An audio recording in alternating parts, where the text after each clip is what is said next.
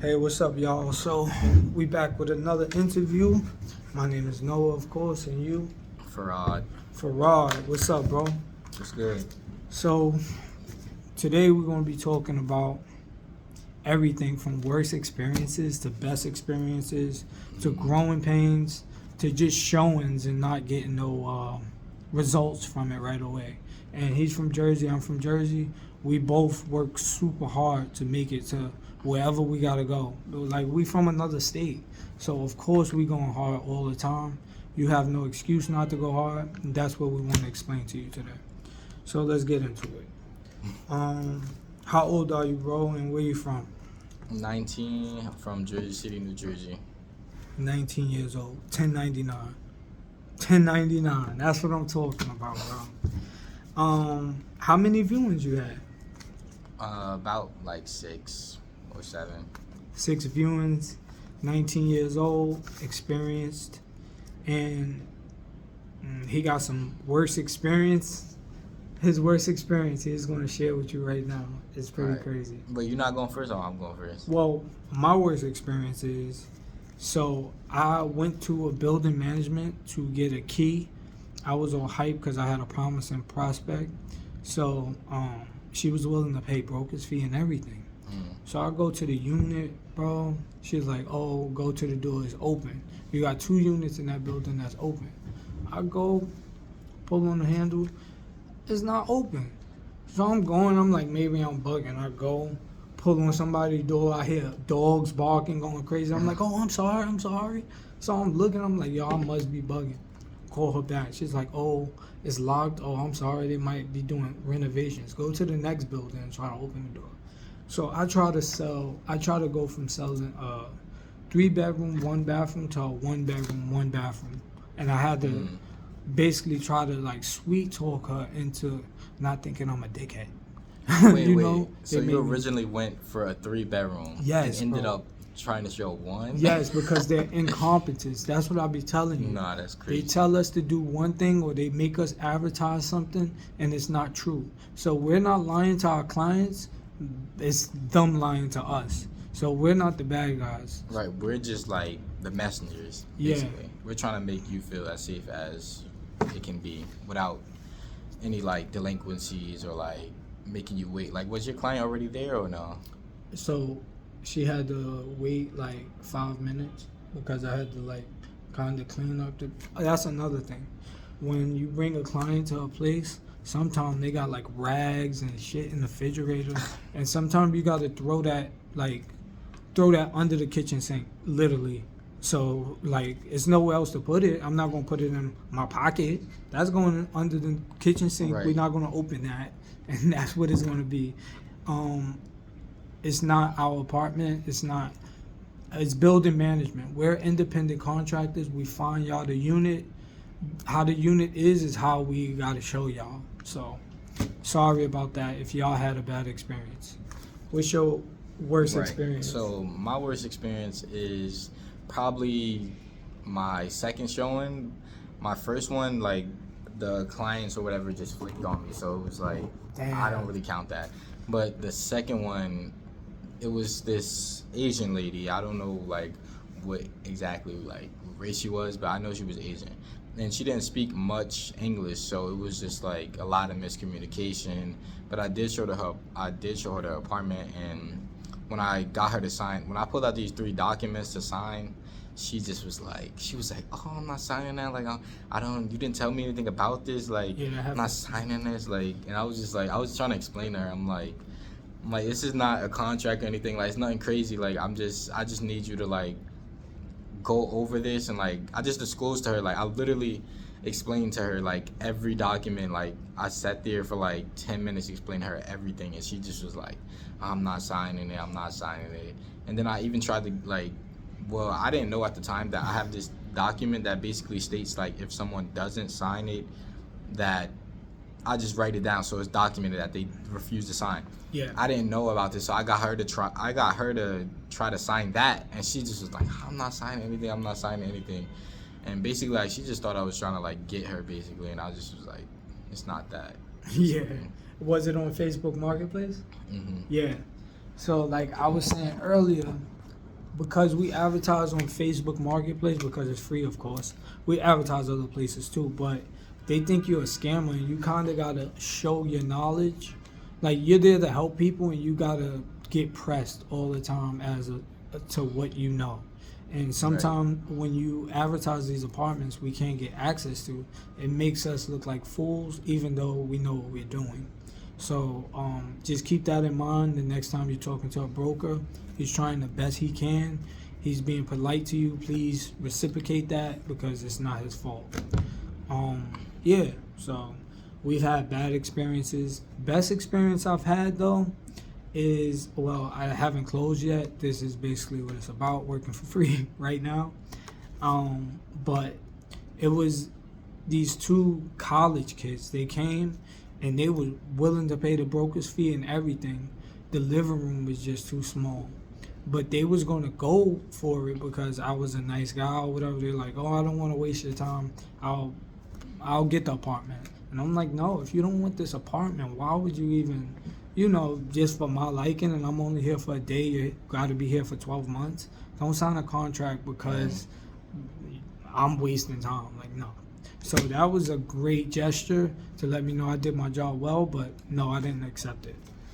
What about you? Wait, so he was gonna sign the contract, but he just... Because he messed with me. He like... Oh, no, that's crazy. Yeah, that's what I'm saying. I like, can't do that. It's crazy. My best experience was probably this couple that I did a showing with.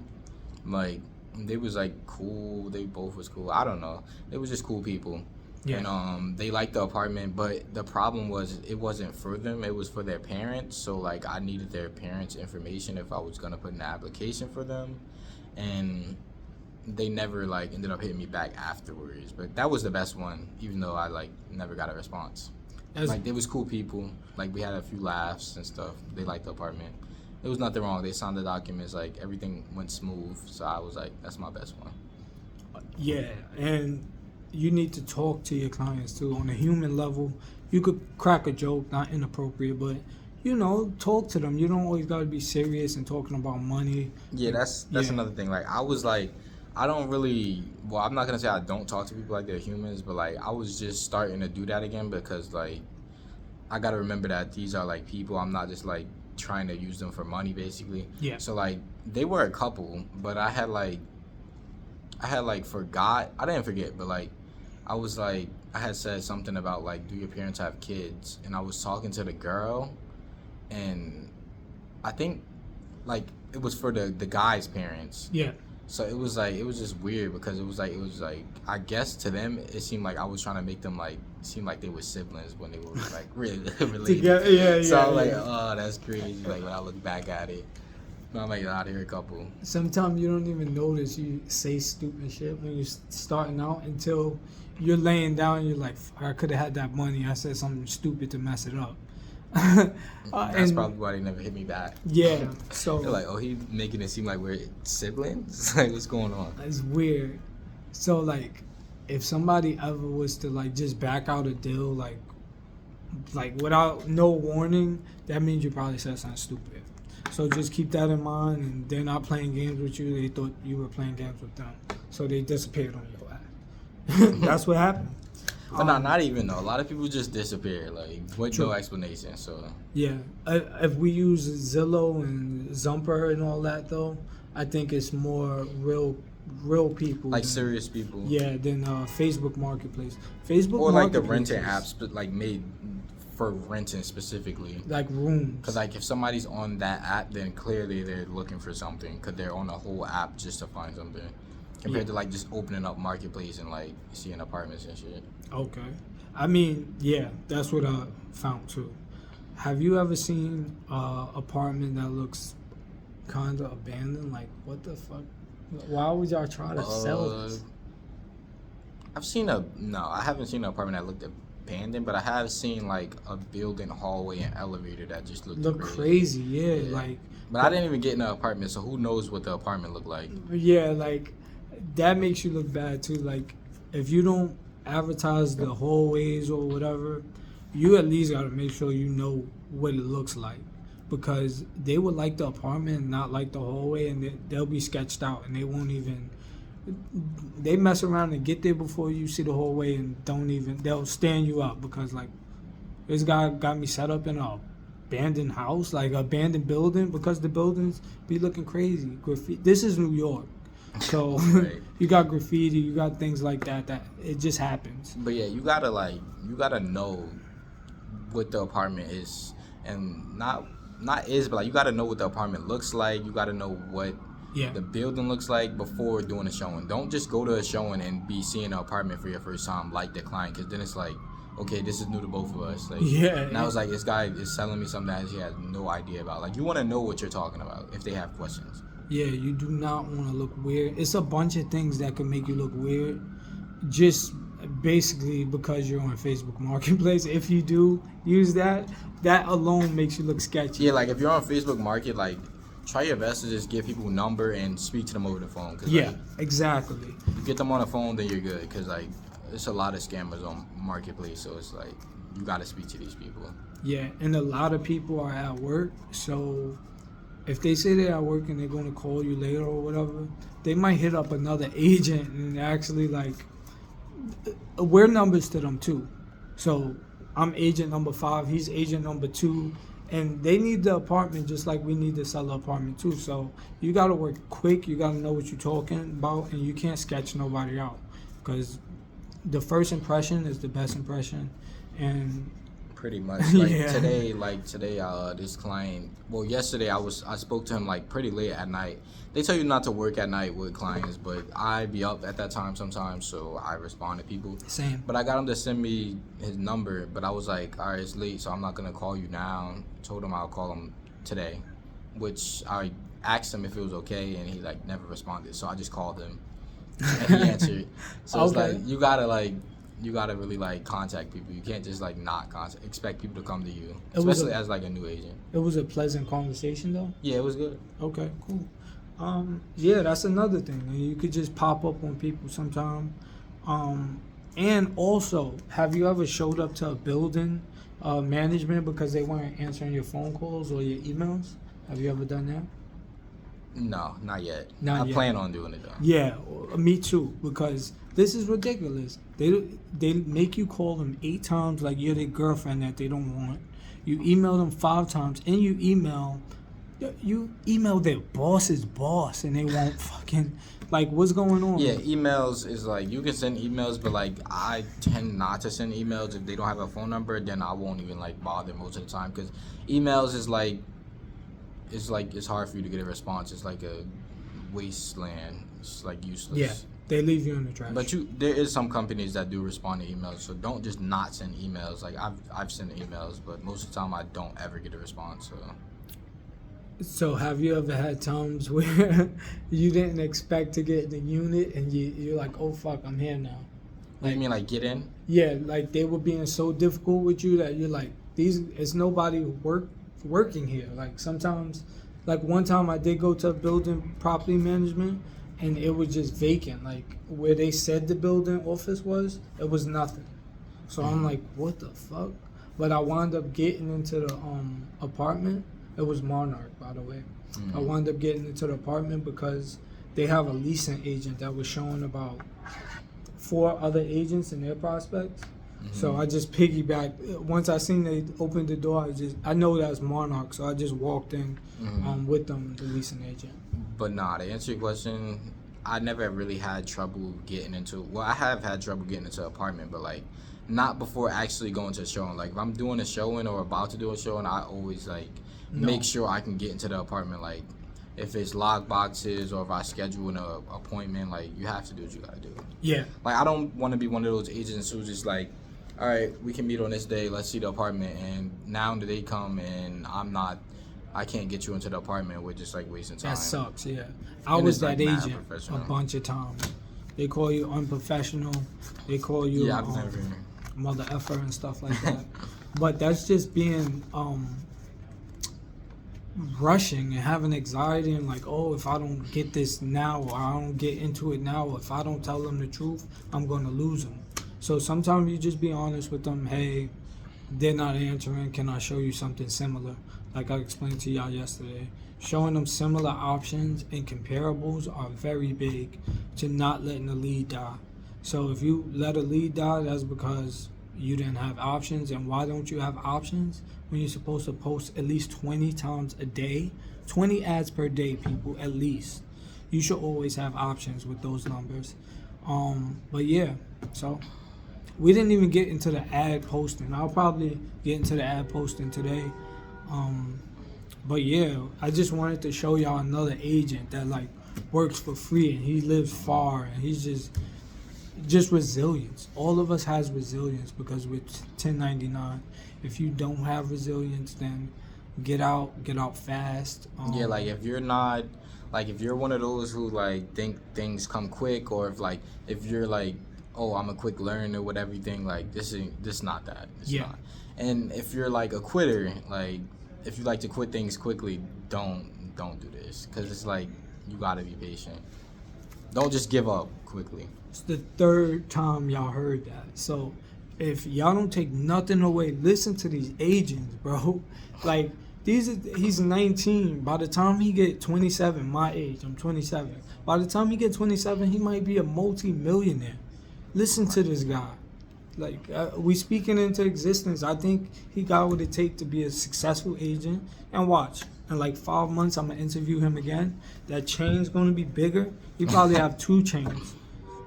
As a 19-year-old, how old would you be in 6 months? 20. 20. He's gonna have like 100,000. He's gonna have like probably maybe 2 cars. Who knows? Like he's gonna ball out. Get in a car. He's gonna ball out. You see, ambition, y'all. Ambition. Never let nobody kill your dream. Oh yeah, what was your dream before you got into this real estate stuff? I don't know. I never really had a dream to work a job. I just have a dream to have a lot of money. So you gotta do what you gotta do. Listen to this man, y'all. Even if you 35, 30, take inspiration. Look at him. Like, come on. It's about to rain outside, and we're both here. We're the only 2 agents here. And we're both from Jersey. Right. Come on. There's no reason why. Some of these people live 2 stops away, 3 stops away. They're not here. We're here. Word. Like, if I lived that far, I would be in here every day. Literally. Yeah. And I still come every day. Well, every weekday, most of the time. And guess what? If you're a Century 21 agent and you're watching this and you're from New York, what the fuck are you doing? Really? What the fuck are you doing? I'm not saying that. You're not doing anything, but like, you can be here. Yeah, I don't want you to take my money. So stay where you at if you want to stay there. But right, we that's really more competition for us. We really trying to help you out, my guy, or my girl, or whoever. Mm-hmm. Come on, like, come into the office, do your thing. Do your thing, show your brightness. Last thing, what is your why? Your big reason, whether it be your mom, if you have a daughter, whether it be to get the car, whether you want a 2-family house, but big goal, not no small shit. You know, All dreams, right. bro. So you're asking me what is my dream, or Your like dream, like your ball out. my dream is to be able to provide for myself and my family, pretty much. Whenever they need me, they could just hit me up. I'm gonna be that guy that you could just hit up. How many thousands of dollars you gonna have in your bank in 6 months? Realistically, like probably like I don't know, a few thousand. What's a few thousand? We gotta speak on it because we're gonna talk in some months. Uh, We ain't gonna disclose his whole shit, but I doubt it's gonna be under 80,000. That's what I think. okay. We got this broker. The manager of our brokerage. His name is Chris. I'm gonna interview him too. He's 20. He sells 5 houses a month. Chris? So, yeah, he's 20 He's a years manager? old. Yeah, Chris, you know Chris from the Bronx. Yeah. He's 20 years old, 5 houses. He's the brokerage manager. So he's 19. He has a year, 6 months. He could do half that, do the other half when he's 20. We never know where this kid could go. So that's all I'm saying. And I don't want you to downplay yourself or downplay Make your goals, excuses. bro. Nah, just don't downplay your goals. That's one thing I was talking about today. it's not even downplayed though. Like a lot of people just like to make excuses. Yeah. Like there's no excuse. Do you? Well, you always gotta have the ability to dream. That's what we were talking about today, and just strive to be your best. But other than that, I think it's important to never let go of fantasy. Like, you know, Ryan Serhant or any of these Navy SEALs guys, they be in Hell Week the first day, bro. None of them believe they're gonna make it. They all in fantasy world. When they struggling and they in that cold ass water, bro, they pretending they're in fucking Disneyland. Right. And they're freezing, hypothermia, about to die. You must have fantasy. So when you're struggling, go to Fantasyland. And lie to yourself if you have to, but Fantasyland is a good place. You just hear while everybody else is struggling. You just in here probably humming. Yeah, you gotta live every day like it's your last. Yeah. Like. Yeah. Embrace whatever you got to do and keep moving. And you hear it from a soon-to-be multi-millionaire. Right. Exactly. So, You too. thank you for the interview, bro. No problem. And just thanks for coming in every day and hustling from Jersey and just sharing your story, man. Thanks. Appreciate it. YouTube, till next time.